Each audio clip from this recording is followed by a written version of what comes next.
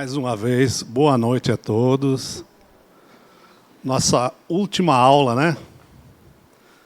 Depois de um semestre, que eu falei para vocês, né? Que depois da 10ª aula, o negócio ia rapidinho, rapidinho. E realmente acontece isso, né? E a gente aqui, a gente já está calejado. Acaba um semestre, recebe outro, nova turma, daqui 2 semanas a gente já está com uma turma cheia de novo, novos alunos, novos desafios, novos aprendizados. Então, isso que é o importante, é sempre um aprendizado novo. Aí vai dizer, pô, já tem 10 anos que eu estou aqui. 10 anos, são quase 20 semestres, né? E aí sempre recebendo gente nova, e sempre aprendendo cada vez mais. E o interessante é que cada turma que vem, a gente sempre está aprendendo. E cada vez aprendendo mais. E isso é um desafio muito gostoso para a gente. Então, a gente vê a maneira que vocês entraram aqui e a maneira que vocês vão sair daqui. Tá?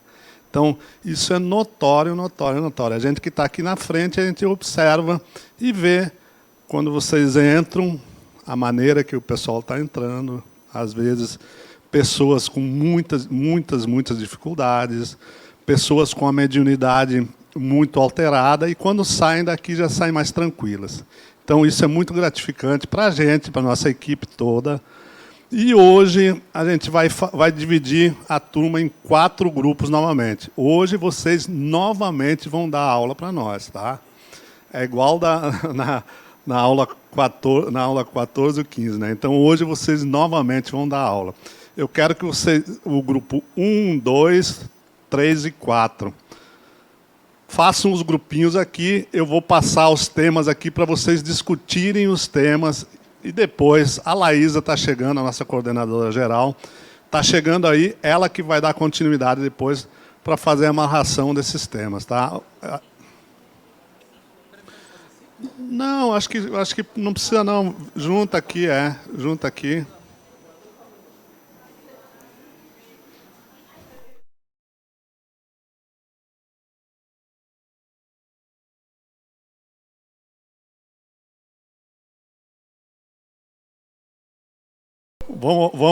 Vamos começar aqui pelo grupo 1. Quem são os eleitos aí? Então, venha para cá.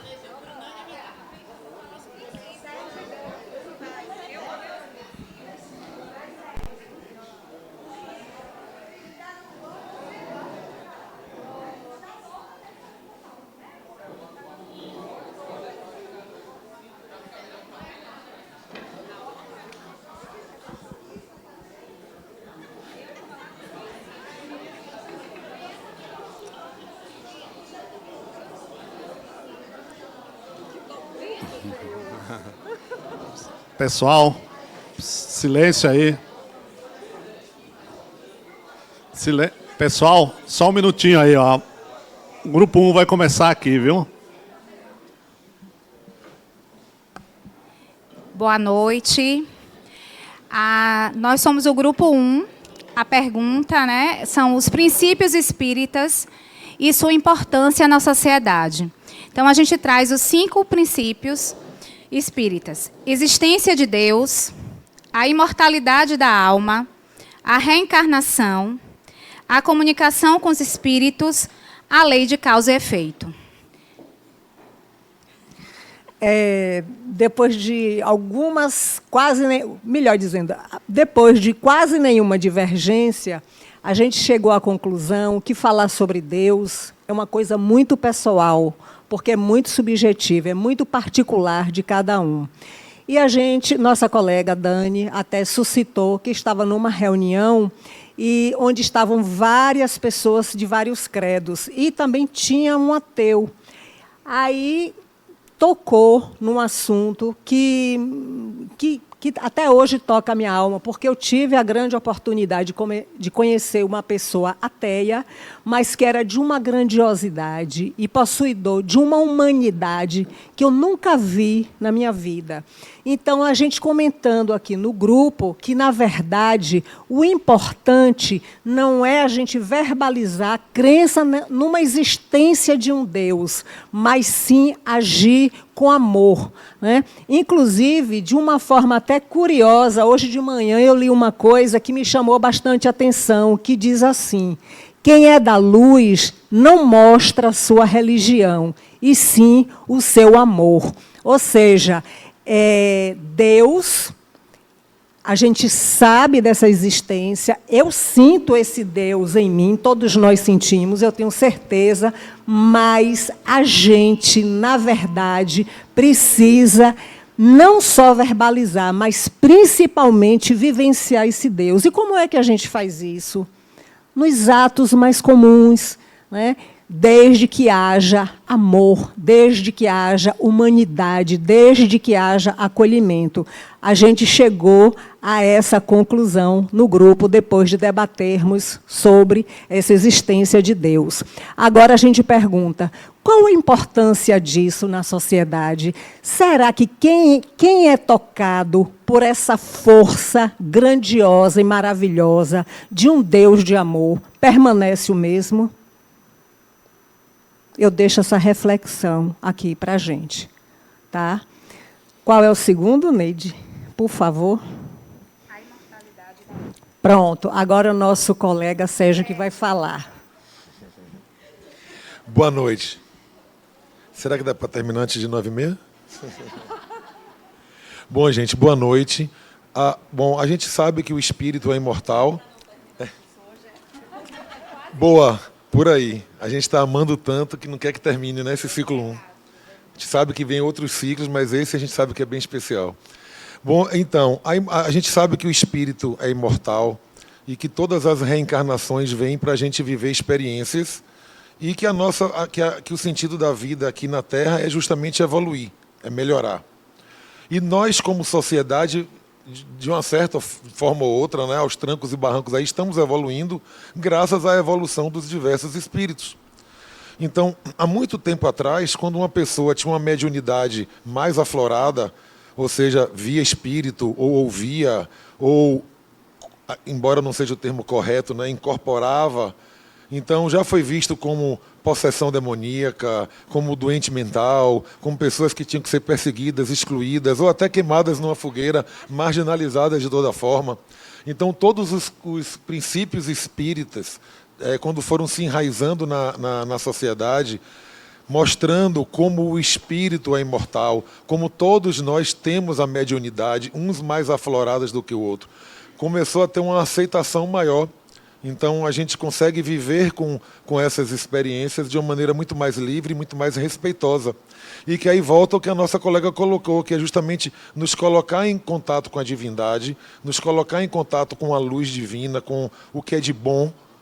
E depois desse contato é um processo cada vez mais irreversível, você não tem como voltar. Então, isso ajuda o espírito a evoluir mais e a sociedade como um todo. Não é? Uma colega também colocou um fato muito importante de que o ser humano teme aquilo que ele não conhece. Então, quando ele não conhecia aquele tipo de manifestação, ele temia. E aquilo que ele teme, ele quer destruir. Não é? Ele, por segurança, por medo. Então, quanto mais a gente vai tendo um conhecimento implantado na sociedade, esse tipo de reação vai acabando. E, por outro, antigamente você tinha muito mais pessoas com medo da morte, com medo do fim, né, do apego ao filho, à mãe, à casa, à praia, ao cachorro. E quanto mais você entende dos conceitos espíritas, dos princípios espíritas, mais você vai se desapegando. E mais você vai aceitando a morte como uma transformação, como mais uma etapa, e não como o final de tudo. E vai perdendo mais esse medo e até soltando mais as amarras para viver uma vida melhor, mais plena, mais digna.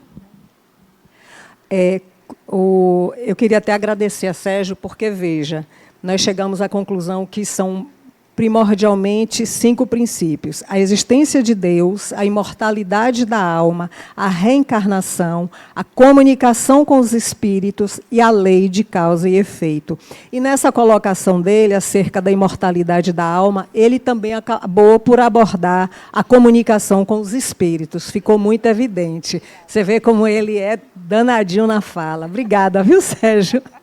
Agora a gente aproveita o gancho e fala sobre reencarnação.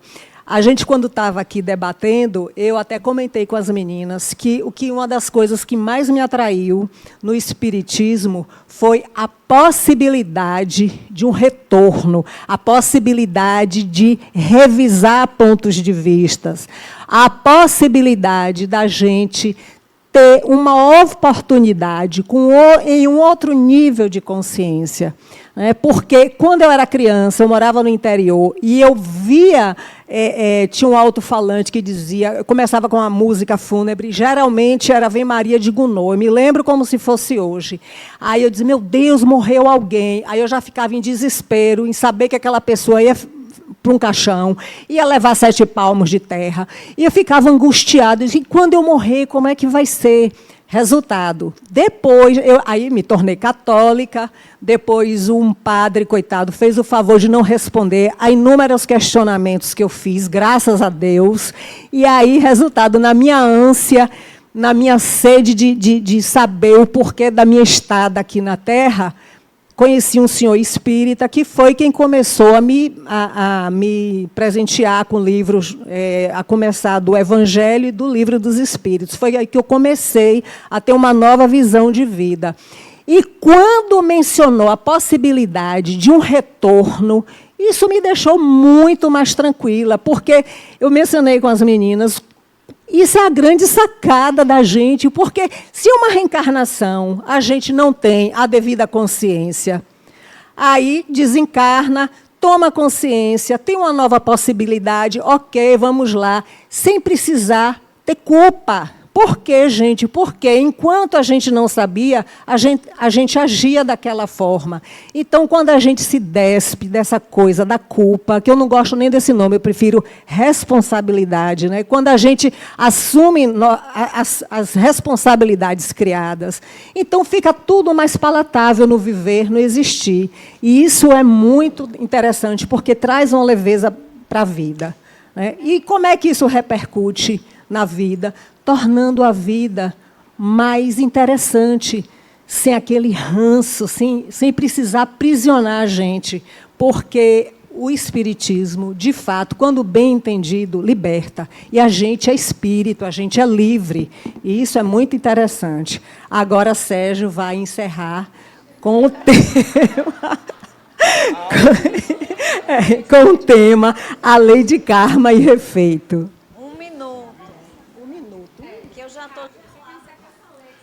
Bom, eu vou ser bem resumido, né? Então, Deus criou Adão e Eva.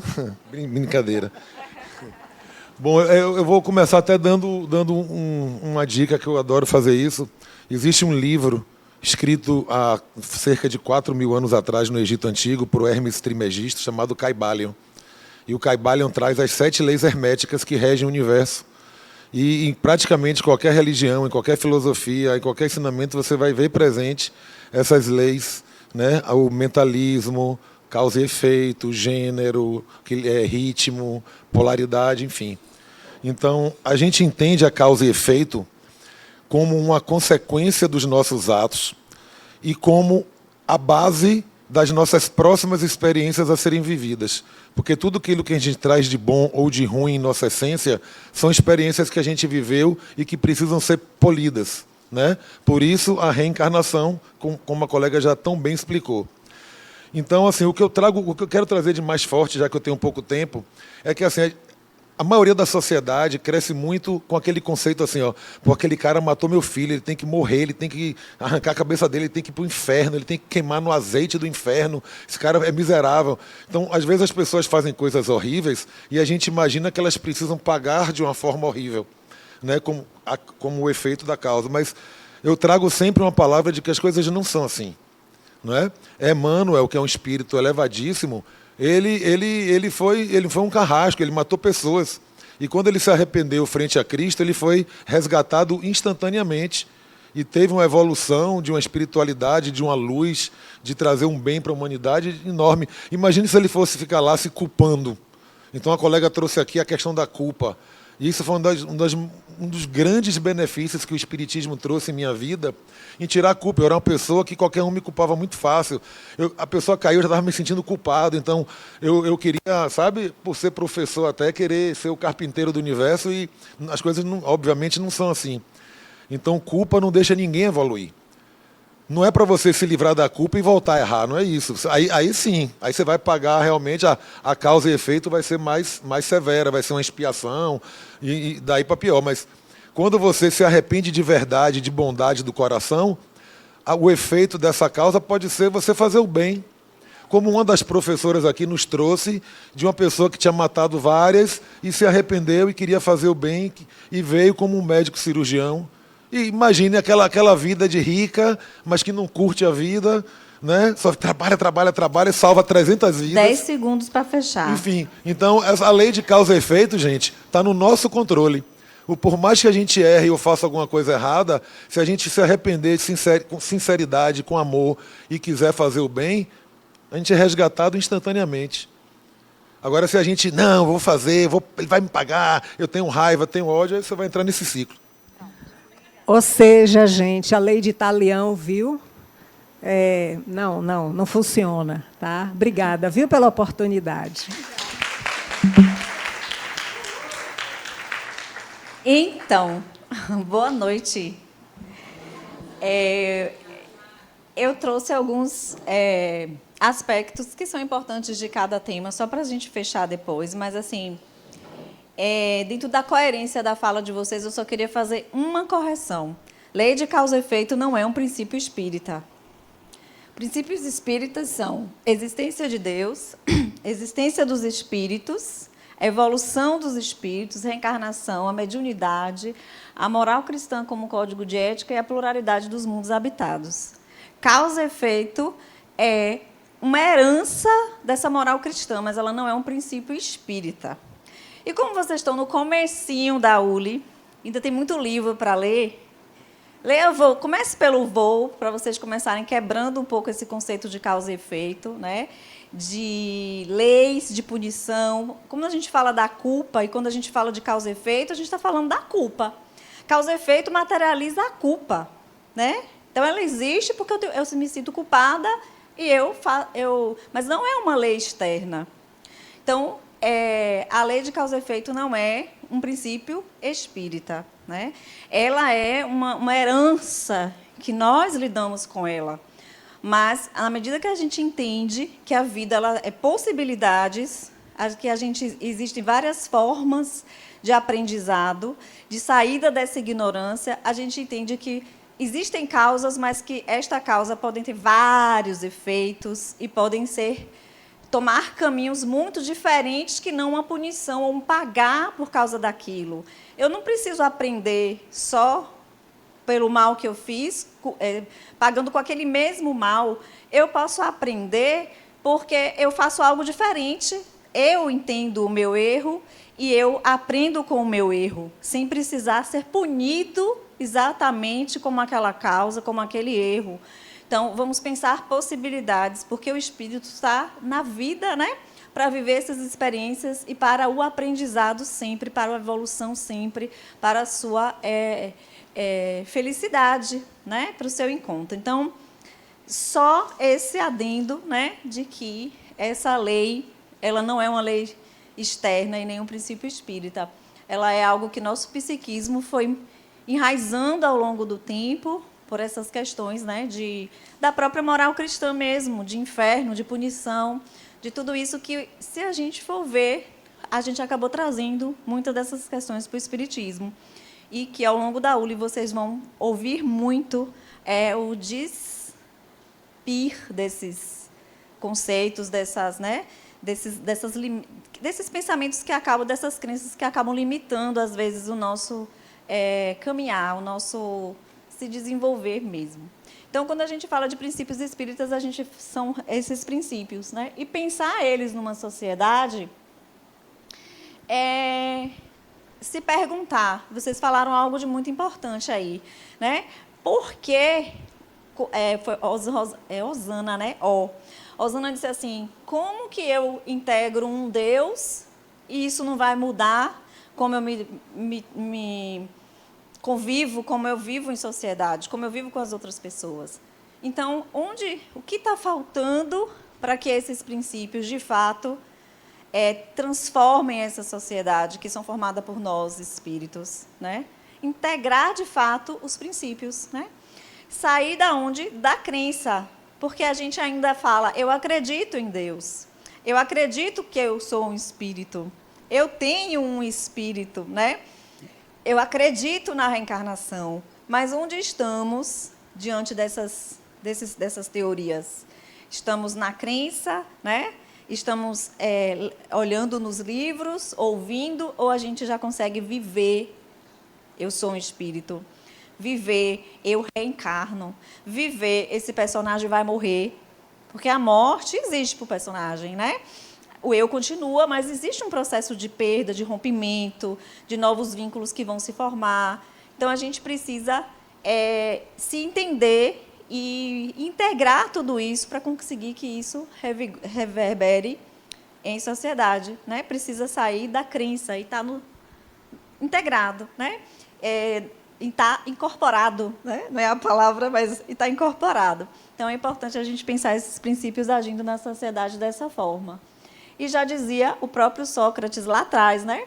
Se a alma é imortal, não é sábio viver com vista à eternidade, porque viver com vista a essa eternidade parece que é algo muito distante, parece que é algo que eu tenho todo o tempo do mundo, mas, ao mesmo tempo, é pensar que a vida não é só satisfazer o básico, o material, né?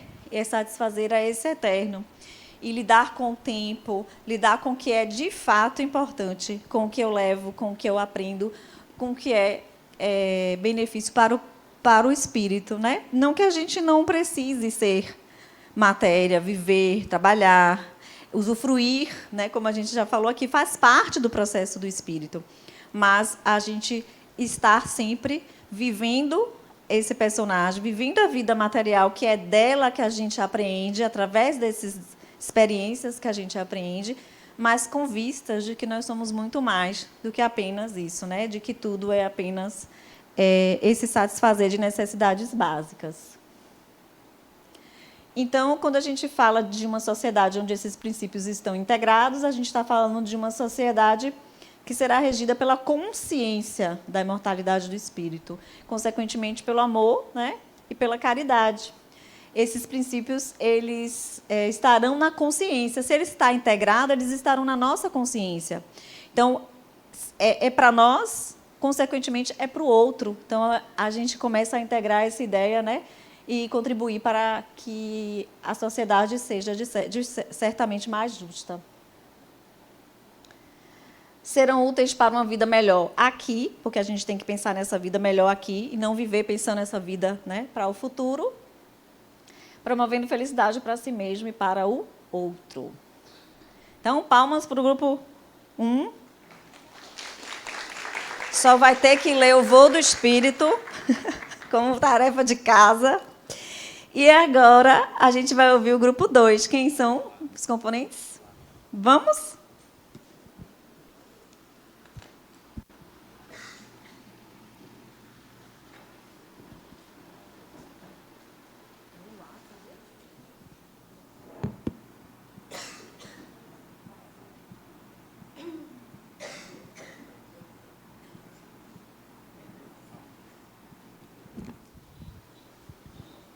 Boa noite. No nosso entendimento ali no grupo, ficou viver a felicidade na Terra, a autotransformação. Então, concluímos que a autotransformação ela se inicia com autoconhecimento, a partir daí, a autoavaliação, para ter a busca de melhorar a si mesma a partir das vivências aqui na Terra. Então, com isso, a gente procura eliminar medos, culpa, inseguranças, julgamentos, preconceitos e integrar as nossas sombras. Então, resumidamente, foi o que se discutiu. Então, o autoconhecimento,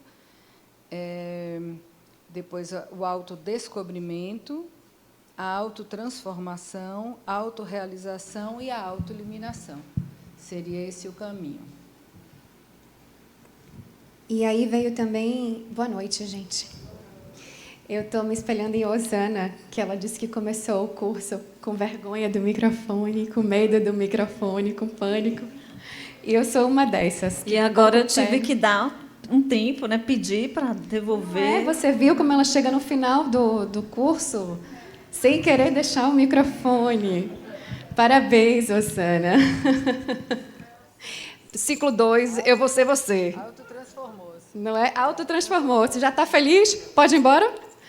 Porque foi sobre mais ou menos isso, né, que a gente conversou, do tipo, ok, me autotransformei, estou feliz, posso ir embora. Não, tem um caminho, né?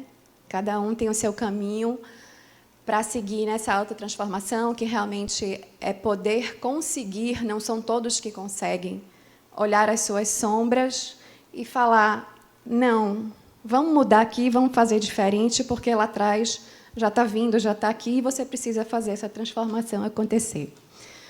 Mas, ainda assim, a gente tem a questão, né, que diz ali, viver a felicidade na Terra. Então, eu falei até para eles logo quando eu cheguei, que eu cheguei atrasada no meu grupo, e eu falei, gente, viver já é uma grande felicidade para mim. Eu acordo todos os dias muito feliz, independente do que eu estou vivendo, do que eu vivi ontem, do que eu sei que está ruim lá na frente. E a autotransformação é feita todos os dias, né? Então, assim, todos os dias, independente de qualquer coisa, eu sou feliz. E eu sou mais feliz me autotransformando, porque, graças a Deus, eu consigo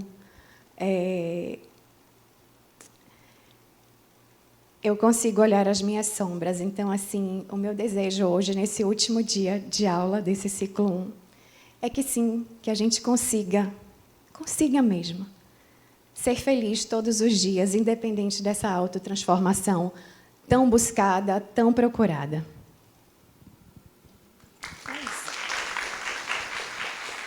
Não sei se era isso que os professores queriam ouvir, viu? Mas aprendi direitinho? Não tem coisa melhor do que ouvir um eu. Um eu. Eu. Sabe? Eu já precisava disso. Né? Isso que não falava nada, né? Então, e deixou uma mensagem muito linda. Exatamente. É exatamente essa a proposta. Você traduziu um pouco da minha fala no primeiro grupo, né? É do eu. Onde eu estou nisso tudo, né? É como eu estou nisso tudo. E quando a gente fala de felicidade na Terra, a gente pergunta assim, é possível? Né? Porque a gente ouve muitas vezes assim, a felicidade é deste mundo, né? Às vezes está lá no Evangelho, né? Por quê? Porque a gente pensa esse mundo sempre com os desafios, sempre com tudo que a gente tem que aprender, né? Mas, qual é a nome dela? Sim, Lícia. Como Lícia falou, assim, com muita profundidade, a felicidade ela é um estado de espírito, né? E, alcançando esse estado de espírito, ela estará para qualquer que seja o seu momento, porque é possível passar por tudo e permanecer feliz, né? Porque autotransformar, e a gente pensa assim, estou no processo de autotransformação, o que será que eu vou encontrar? Um paraíso? Uma perfeição? Não. A gente vai se tornar, né, um ser que consegue lidar com as experiências, com as emoções, com os rompimentos, com as perdas, com as mudanças, com as alegrias, com as construções, com os benefícios, com os ganhos, né? A gente vai lidar com todas essas emoções. Então, a felicidade é, sim, uma conquista que deve ser, né? Uma busca que deve ser, e é possível de se viver. né? Mas é esse estado de espírito. Porque a gente ainda associa muitas vezes: eu vou ser feliz quando eu casar, quando eu ficar rica, quando eu arrumar um emprego, quando eu passar no vestibular, né? A gente vai atribuindo a coisas, a aquisições, né? A projetos. Mas o grande passo e a grande chave é entender que a felicidade está para além de tudo isso, né? E está para o espírito como um estado de ser do espírito. E acordar feliz é um presente, é uma conquista, Alicia, uma das maiores para o espírito, né? Porque assim é estar para a vida, para o divino, né? E se colocar para essa vida e para esse divino e para o que lhe aconteça. Então, entendendo que são todas essas coisas possibilidades para o espírito, né? Então, quando a gente fala que essa felicidade ela é relativa, a gente está falando porque a gente tem que entender aonde que a gente coloca e direciona essa felicidade e busca essa felicidade, né? Então, quando a gente pensa, né, no crescimento, no desenvolvimento para o espírito, essa realidade deve ser uma busca, né? Não apenas para si mesmo, mas para o outro. Então, ser feliz ou infeliz são estados relativos aos espíritos na Terra. O reino dos céus pode ser alcançado a partir da vida aqui, né? Então, é aquilo que a gente falou lá no comecinho. A gente precisa começar a pensar em ser espírito e viver como espírito, né, na vida que a gente está vivendo agora, que ela é a mais importante. Quando a gente fala do espírito e desses estágios em várias dimensões, a gente fala da vida material e da vida espiritual. Uma é mais importante que a outra. A mais importante é que a gente está vivendo no momento, né? Nesse momento, eu estou encarnada. Então, é para essa encarnação, para essa vida que eu preciso voltar e dedicar. E não pensar em tudo que eu vou fazer para alcançar uma vida futura. Porque a continuidade, e o livro novo está aí, né? A continuidade do eu, diz o que para a gente? Nós vamos ser, quando desencarnarmos, vamos ser os mesmos que somos aqui. Então, se somos infelizes aqui, eu não vou, por sacrifícios, ganhar uma salvação por isso. Ou por, né? Não é para uma vida futura, é para uma vida aqui e agora. E aí, como vocês falaram muito bem, né? O processo para o encontro dessa felicidade nada mais é do que por muito tempo a gente ouve como reforma íntima, né? E que aqui a gente chama, aqui na casa a gente tem, Adenauer fala da autodeterminação do espírito. Ele traz que, em vez de reformar, né, se reformar intimamente, que a gente deve buscar a nossa autonomia, buscar a nossa autodeterminação, assumir nosso controle, nossa responsabilidade, né, como dono das nossas escolhas, assumindo o nosso papel na vida. Claro, conectando com quem?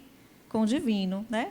Estando na vida em conexão com esse divino. Então, ele fala dessas 5 fases que são... some... Autodeterminação. É a última. São 5. Autoconhecimento, autodescobrimento, autotransformação e autoiluminação, né? Então, é importante a gente pensar... ficou lá. Toda vez eu coloco no lugar errado a palavra. E fico depois procurando ali. Então, é importante a gente pensar, e você falou também, Lícia, isso, da autotransformação. A gente começa... A gente não tem um prazo para terminar, não. É uma construção diária. E ela também não é uma linha reta, não. A gente começa a trabalhar um aspecto, né? E vai nesse aspecto, e ilumina ele, e se autodetermina também. Mas vem os outros, e a gente continua, né? Então, a vida é um processo de realização, é um processo de autotransformação, né? E essa fase da autotransformação é aquilo que eu falei, é conseguir lidar sem viver aqueles altos e baixos extremos de alegria e felicidade, né, descontroles e dores e sofrimento, sem viver nessa linha tão, né, extrema dos sentimentos, das emoções, mas é conseguir lidar com a mesma serenidade, a mesma paz e a mesma felicidade com todos esses aspectos que a gente vai lidar na vida, que não tem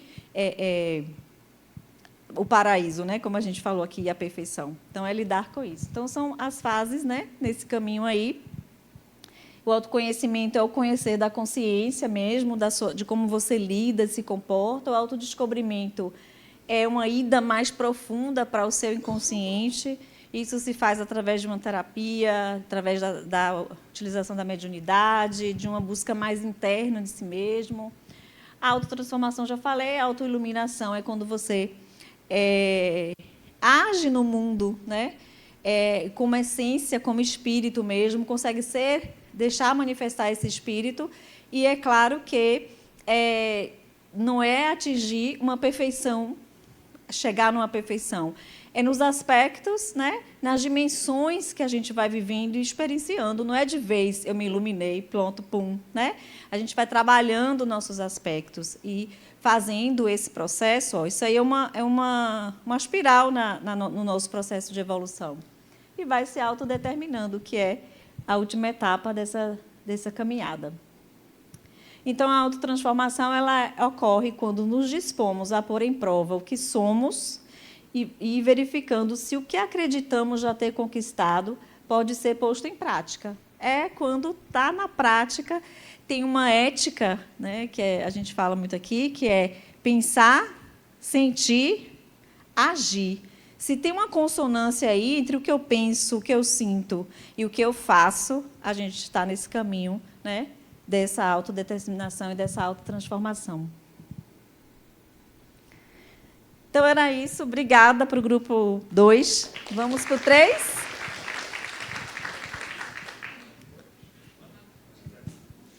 O quê? Tempo? Dá?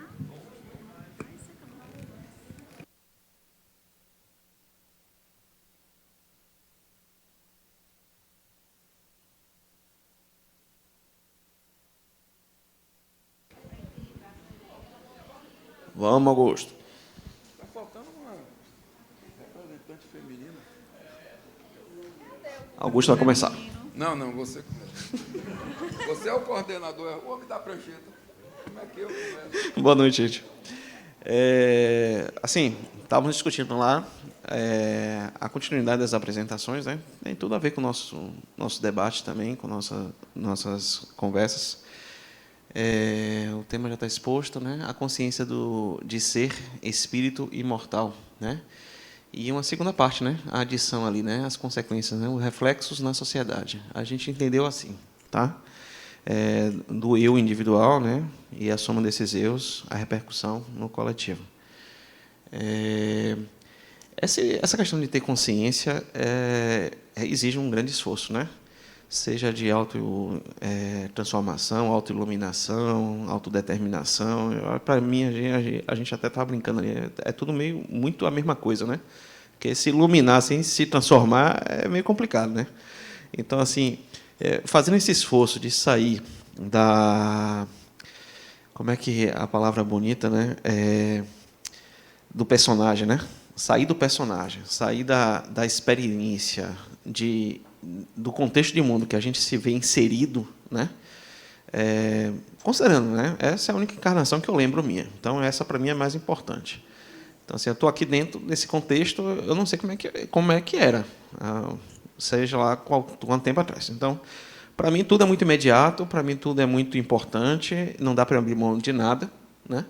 Não posso deixar de comer hoje para comer amanhã, não posso deixar... Então, assim, dizer não, dizer sim, são todas escolhas assim, muito viscerais, às vezes, e tudo parece ser muito importante assim, no imediato, sejam as provocações, sejam como é que a gente reage às coisas, né?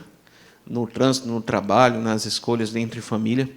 Então, assim, superar ter consciência, né, da imortalidade, a gente discutiu ali experiências de cada um de nós, nos ouvimos e entendemos assim que esse esforço de entender de se entender imortal é sair desse personagem, tornar essas coisas menos relevantes, menos imediatas.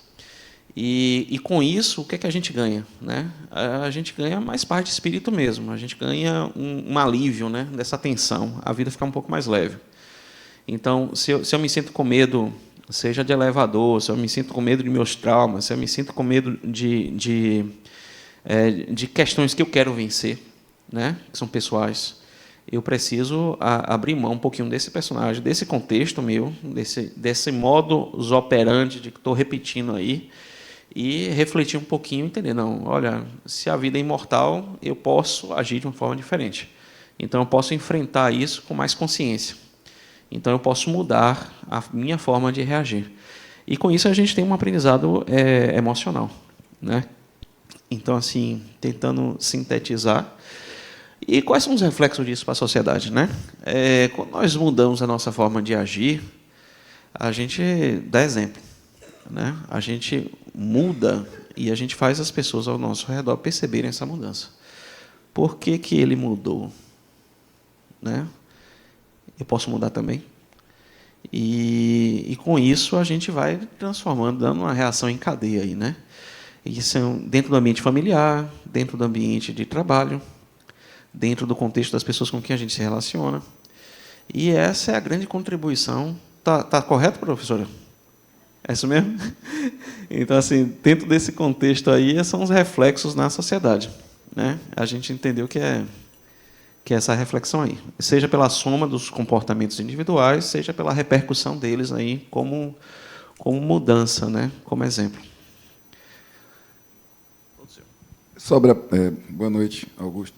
Sobra pouco para falar depois do que Alexandre falou, mas o grupo era amplo, então também sobraram colocações e deduções que a gente pode fazer.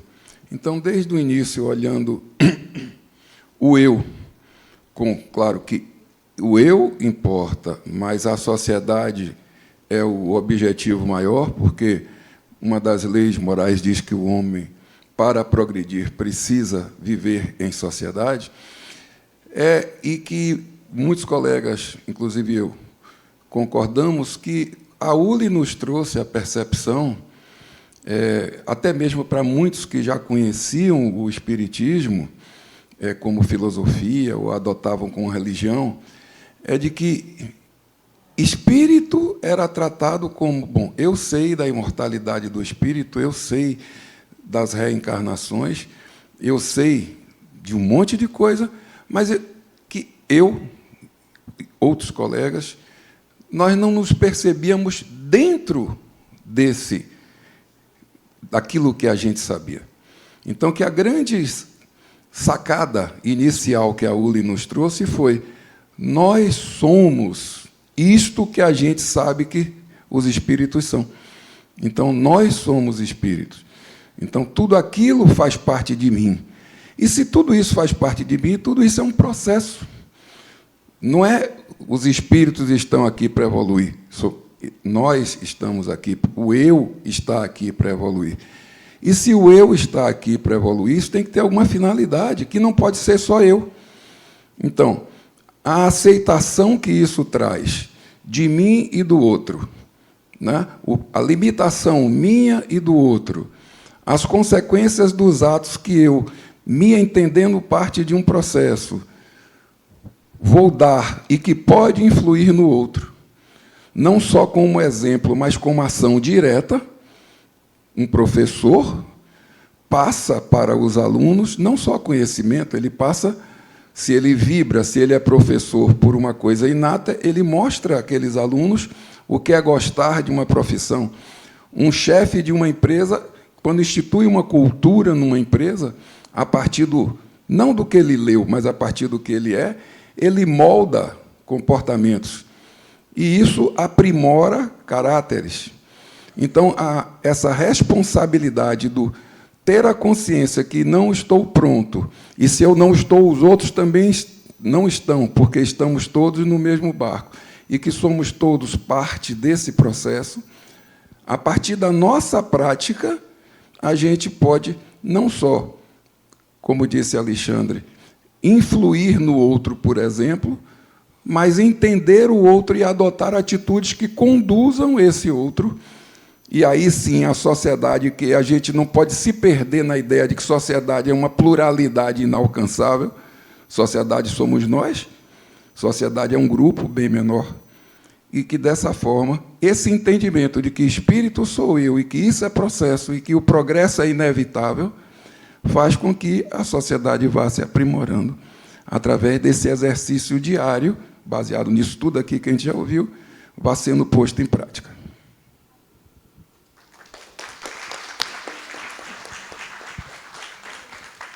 Sem mais. Sem mais. Exatamente.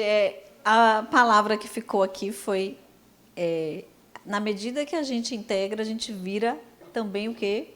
Exemplo. Né? A gente não só faz, mas reverbera como exemplo. Isso é muito interessante. Teve uma vez que a gente, quando começou a pandemia, a gente foi para o online, né? Então as aulas eram em casa, né? As pessoas em casa e a aula era online. E teve uma aluna que no último dia de aula falou assim: no semestre que vem vai fazer a ULI o meu marido e meu filho, porque eles disseram que eu mudei. Então eles querem saber o que é isso, porque eu mudei. Então tem exemplo maior que esse, né, do que você mudar pelo exemplo que você dá para o outro, e não porque você ficou ali tentando doutrinar alguém, convencendo alguém de alguma coisa, a sua mudança ser, né, a mudança que reverbera no mundo. Então, aí só para complementar, né, porque acho que eles falaram muito bem, esses espíritos que uma sociedade que seja regida por esses princípios, né, ela seria regidas por espíritos e não espíritas, religião como crença. Então é importante a gente pensar que a gente está falando de princípios, né, e não de mais uma religião, de mais uma doutrina, mas de princípios para a gente integrar. De espíritos empenhados em se aperfeiçoar e não em se salvar, sem privilégios e distinções, pacífica e não passiva, né, que busque essas mudanças, que busque a transformação, mas sem violência, e que a paz seja esse estado de espírito. Né? E aí, quando a gente fala de paz e quando a gente fala de seu exemplo, a gente pensa, né, em um exemplo muito forte de tudo isso, que foi Mahatma Gandhi. Então, seja a mudança que você quer ver no mundo. Então, como vocês falavam, eu fiquei me lembrando desse slide que vinha depois. Né? Eu falei, casa exatamente com a proposta do que é viver como espírito, do que é viver esses princípios no nosso dia a dia. Né? E ele foi um desses que conseguiu viver isso, e não numa sociedade pacífica. Né? Ele viveu e foi ativo, um homem ativo, né? Ativista social mesmo, mas conseguia pensar nessa paz e reverberar essa paz, né? Essa não violência. E tem um código deles, né, que é o Ahimsa, que você não deve nem pensar violento. Aí eu fico pensando o nível de chegar nisso, né? Porque às vezes a gente até não faz, mas dá vontade, né, de a gente dá vontade. Então, esse daí é nem pensar em ser violento. Então, mas é possível, né, Gandhi? Então, palmas para o grupo 3. Vamos para o 4? 4 e último.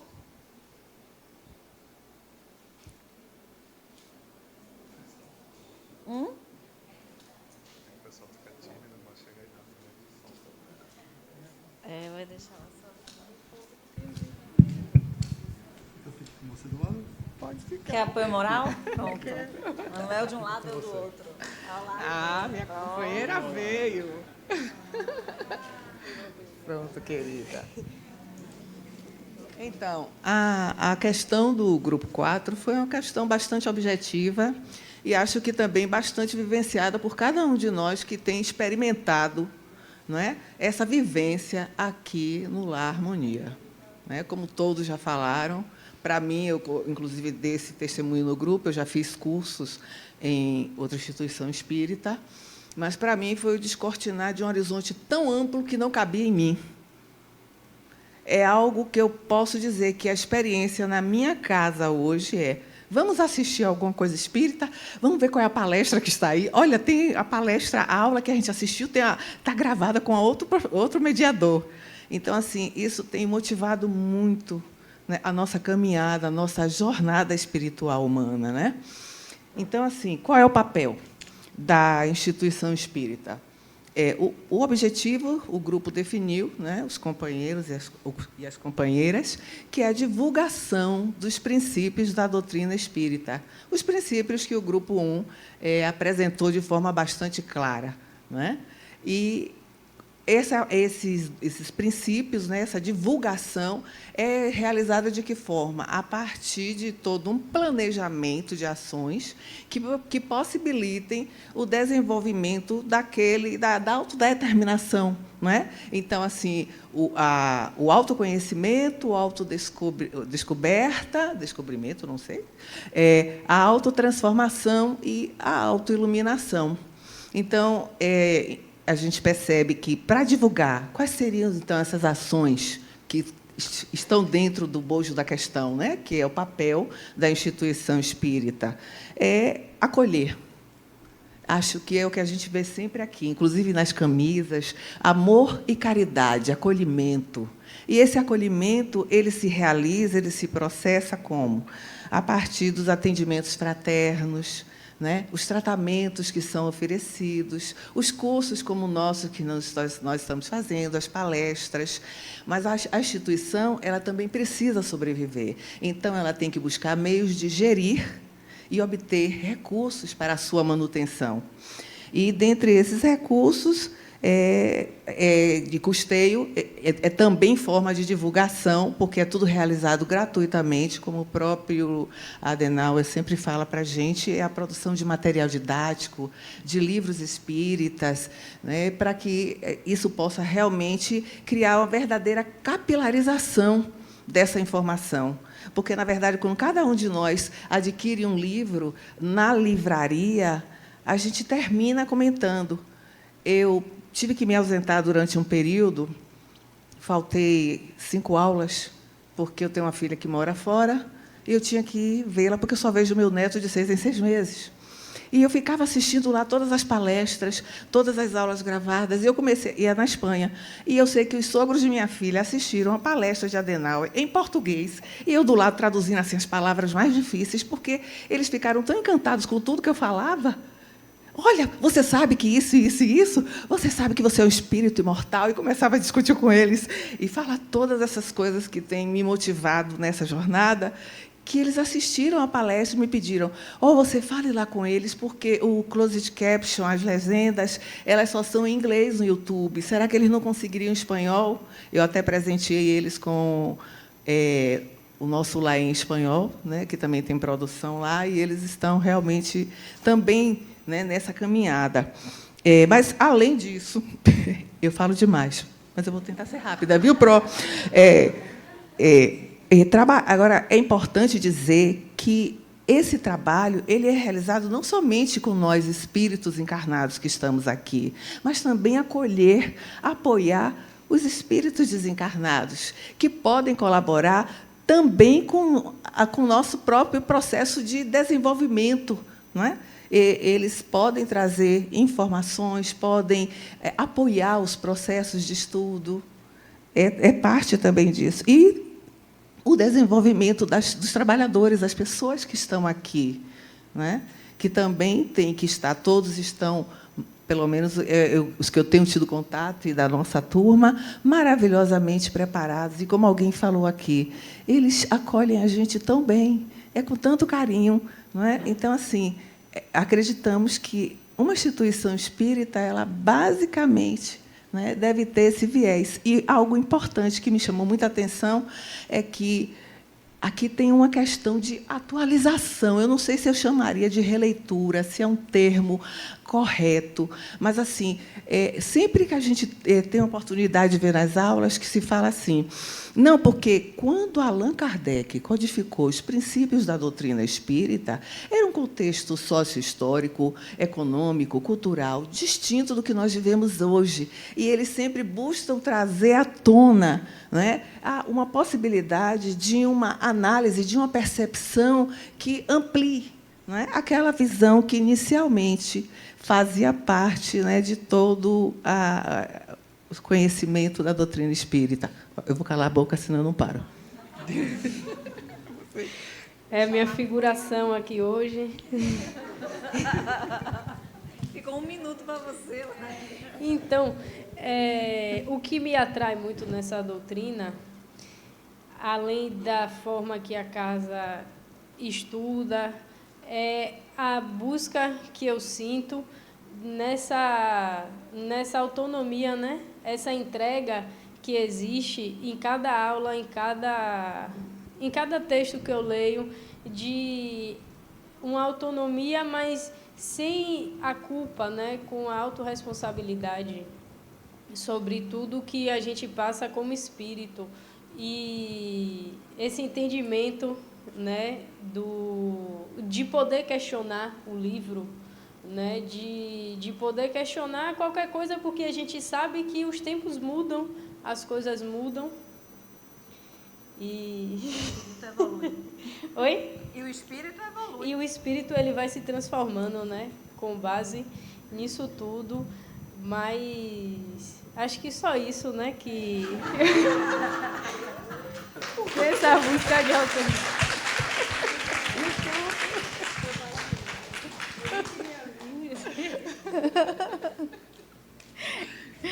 Muito bem, meninas. Vocês traduziram, né, um pouco da ULI, realmente, dessa proposta que é a Universidade Livre do Espírito. Quando a gente fala de instituição espírita e de seus papéis, a gente está falando de muitas pluralidades, porque assim, existem vários tipos, né, e várias casas espíritas que fazem trabalhos diferentes, cada um voltado para objetivos diferentes, né, sociais, educativos, de cura. Então, cada casa, quem já teve em outras casas, sabe que tem casas que têm um foco, né, diferenciado e que atende, de todas as formas, atende ao que se propõe, né? Então, para a gente falar que é espírita, e essas casas elas vão tomando, né, às vezes, um pouco o caminho desse organizador, desse fundador, porque, diferente das religiões formais, o espiritismo não tem um líder, né, um centramento. Para ser uma casa espírita, o principal é que ela seja norteada pelos princípios, né, de Allan Kardec, né, pela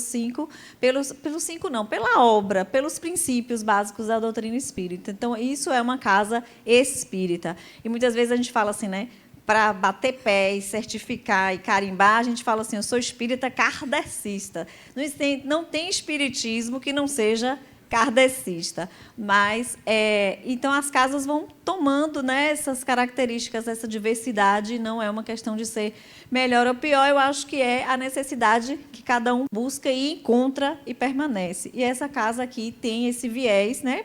É uma casa que também tem várias atividades, mas que tem esse viés do estudo, que a ULI foi tomando esse lugar e foi, né, ampliando aí esse foco no estudo e no que, não lembro o nome dela, que apresentou aqui agora com Lari. Cadê? Sueli, o que Sueli falou, de atualização. Isso é uma coisa que vocês vão ouvir. E, assim, aqui, a gente brincou, outro dia a gente fez uma reunião no sábado para organizar algumas coisas aqui do curso básico, e a gente falou assim, a gente mal internalizou umas coisas, lá vem a Denal com mais coisa. Falei, meu filho, é para sacudir mesmo, quem não consegue ir atrás, né, vai amarrado. Eu ainda brinquei, falei, ele sai no trilho e a gente sambando atrás, né, tentando acompanhar. Mas é isso aí, é para ir também, no nosso tempo, integrando e questionando também. Opa, de onde veio isso? Né? E é muito interessante pensar e entender o raciocínio, a construção desse pensamento. E a ULI faz isso com a gente. A gente não para quando você pensa assim, pronto, foi, entendi, lá vem outra. Bora, isso aqui, bora entender isso aqui. E isso é fantástico, né, gente? Isso mantém a gente desejando também querer sempre mais. E vocês vão ver isso o tempo todo aí na ULI. Então, ela vai ter essas diferenças, né? Mas as principais vai ser sempre disseminar, sim, essas ideias espíritas. E aí a gente falou muito na palavra exemplo. Eu acho que o principal também aspecto de uma casa espírita é tornar as pessoas conscientes, por exemplo, e não para sair doutrinando ninguém, né? É ser pelo exemplo, como a gente falou aqui, ser essa transformação, ser o que a gente quer ver no mundo, porque quando a gente encontra e melhora, o outro sente e vem, né? Igual aquela música, se você começar, outros vão te acompanhar. E é isso. E importante pensar que vocês fazem parte disso também agora. Vocês chegaram na ULI, foram botando o pé aqui como alunos, mas vocês vão perceber que a ULI ela é a construção da gente, né? A gente que faz esse movimento, né? A gente que faz acontecer. E várias, né, pessoas que estavam em outro dia estão aqui do lado de cá, fazendo esse trabalho acontecer. Na aula passada, um aluno perguntou assim: a gente não vai ficar aqui no salão, não? Não, vai, né? Vai, a mudança vai acontecendo, vocês vão mudando aí de ciclo, pensaram que ia ficar tudo aqui de novo, Roberto. Você aí, ó, alisando, não, meu filho, não tem pai aqui não, nem mãe, bora caminhar. Lá no outro ciclo, nova coordenação, outros monitores, e assim vocês vão experienciando aí o que é cada ciclo da ULI. Eu vou passar rapidinho aqui, só para vocês, um pouquinho da fundação, mas bem rapidinho mesmo. Eu fiz uns slides, mas não vou nem me ater a ler, mas só para mostrar para vocês que aqui tem uma casa maior, né? Uma casa maior, a gente chama de mantenedora, que é a Fundação Lar Harmonia. A Fundação ela é o projeto que mantém tudo isso, é o primeiro projeto, que esse ano, né, está aí de aniversário, foram os 30 anos, e ela mantém, né, é uma sociedade sem fins lucrativos, fundada por um grupo de pessoas com identidade de propósitos, objetivando unir esforços em benefício da melhoria da sociedade e com o intuito de praticar o amor ao próximo como a si mesmo. Então, esse a missão é contribuir para o despertar da autoconsciência e da autodeterminação do ser humano. Então, não é só a ULI que faz isso, né? Cada projeto da Fundação tem essa missão. O lar de idosos, né? Quando você monta um projeto que atende a comunidade, as escolas, as oficinas de balé, e você proporciona isso para uma criança de uma comunidade, né, a ter um contato com algo que seria difícil, né, de conseguir, sem uma oportunidade na vida. Então, a gente está fazendo isso também. Então, a missão da Fundação não é só o centro acolher, a divulgar o espiritismo, a formar, através da ULI, né, essa autoconsciência, mas através dos projetos também, buscando trazer para a sociedade, né, devolver para essa sociedade esse algo melhor. Então, tudo que a gente faz aqui, esses eventos, né, várias vezes eu pedi lá, não foi, doa aí, gente, uma torta, alguma coisa, é para esse benefício, é para a manutenção desses projetos que são plurais. Aqui tem núcleo de cidadania, núcleo jurídico, ambulatório médico, né? As pessoas são atendidas gratuitamente, o núcleo de psicologia, que mais, gente? É muita coisa. Não vou lembrar de tudo, não. Mas tem as escolas, tem o outro centro, que é o Joana de Ângeles, então, é muito... Então, não vou ler tudo isso, não, né? Mas vocês vão conhecer o que é a Fundação, o que é tudo isso, na medida que vocês forem integrando, participando, indo de ciclo em ciclo, aí alguém vai sempre trazendo uma informação e vocês vão sempre entendendo onde vocês estão, num lugar de compromisso, de espiritualidade, de projetos sociais, de tudo isso aí que vocês também, né, são pilares, são tijolinhos já para construir tudo isso juntos. Aí eu vou pedir alguém para ler a frase final, porque eu não estou enxergando.